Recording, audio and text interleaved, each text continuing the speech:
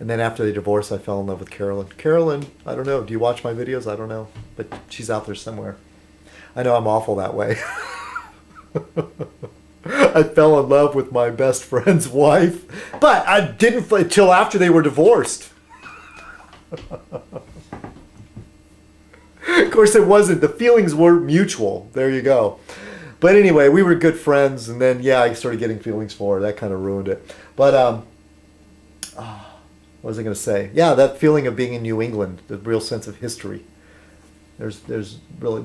Don't quite have the same here in California. I mean, there's a Spanish mission kind of stuff, but, you know, I don't relate to it in the same way. And most of all that stuff, there's very few historical buildings, you know, that are real, as far as that goes, that are really that old. D.H. Hooligan recommended Ishmael by Daniel Quinn. That explains the Bible pretty well. Yeah, maybe. Yeah, I don't know. Methadone for Life. What was that thing I wanted to talk about? Joe Schmo said something to me. Okay, well, I'll talk about it. When I was talking about opinion versus... he said that I was confusing opinion with fact. And I was talking about different opinions carry more weight than other opinions. And I knew the woman that should not be mentioned was trying to clue me in how to explain myself better. And of course I failed. Because if Joe Schmo wasn't getting it, facts all weigh the same. A fact is a fact. Okay? I wasn't confusing fact with opinion. Now, when it comes to opinions, let's say there's something wrong with your car. Okay? The barber says, oh, it's probably the muffler.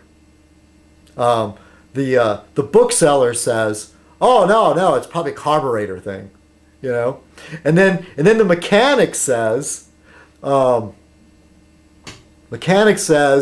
alternator's starting to fail. Okay, whose opinion weighs the most? Okay? The mechanic's opinion, because he actually knows something about it. It's still an opinion, though. He hasn't taken it apart. He hasn't examined it. It hasn't become a fact yet, has it? Until he can actually prove that it's the alternator failing. And the problem with today's media, today's world, people on the internet, they all feel their opinions matter the same. You know? That's the difference. I'm not talking about facts. Facts are facts. When something becomes a fact, and in fact, in the world for science, gravity is still called a theory. It's called the theory of gravity. Basically, theory, opinion, kind of in the same category. The theory of evolution. And somebody made the comparison of creationism as being, what do they call that? Intelligent design. Yeah, it's in the same category. Intelligent design is some way of melding evolution with religious belief. Excuse me. But if you're going to be a true scientist, you don't bring in the magic. Look, I still have a faith. I am probably more agnostic than I am atheist, but I still have some faith, and I know I'm going to get chastised again by my atheist friends, but I'm not going to jump on the intelligent design bandwagon because I don't think there's a need for it. You can believe that there's a God behind how chemistry works or how evolution works or whatever theories, Big Bang theory, you know. I mean, there's a lot of, quantum physics is a pretty mysterious thing. That almost is crossing the line into the area of magic. Because when they talk about quantum physics, there's just amazing things that they're talking about that don't make sense. That don't make sense in the real world. The world we view, you know. And so I wanted to say to Joe Schmo, no, I'm not confusing with facts and opinions. Did I make myself more clear? Clear enough? I don't think that, Sarah Palin that believes in creationism, that that the world is only 6,000 years old, or that dinosaurs and human beings coexisted, that her opinion is the same as let's say a credited scientist, somebody that works for a real university, somebody who really studies bones, who knows a thing or two. But that's the problem with the world, is that Her opinion carries, in fact, in many ways, carries more weight than that guy that studied and did all the hard work and went into the field, you know, dotted his I's and crossed his T's and all that. I'm feeling it, folks. I'm feeling it. But anyway, yeah, but that's still something I want to talk about, you know. I mean, you know, I didn't want there to be any confusion.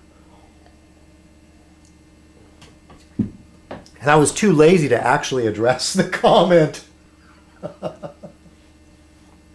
I get caught up in other stuff in the week. Please understand, I work in a welding shop. Lately, the shop has been like in the 90s.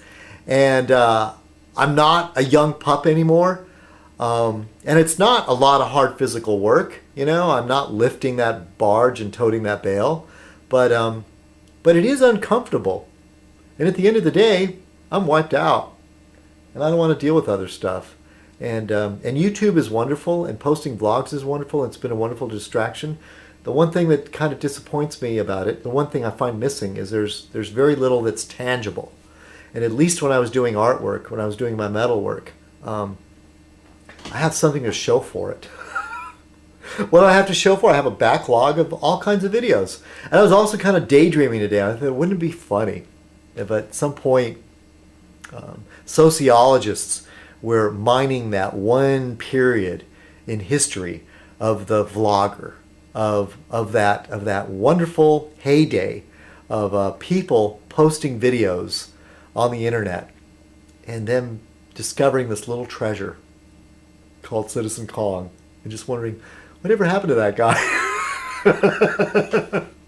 Not that I'd be a little treasure, but who knows? Maybe some scholar in the future would just go, wow, that guy was, you know, what the hell happened to him? Well, you know, he got too old to work, and he collected Social Security and, you know, died on a street corner, you know?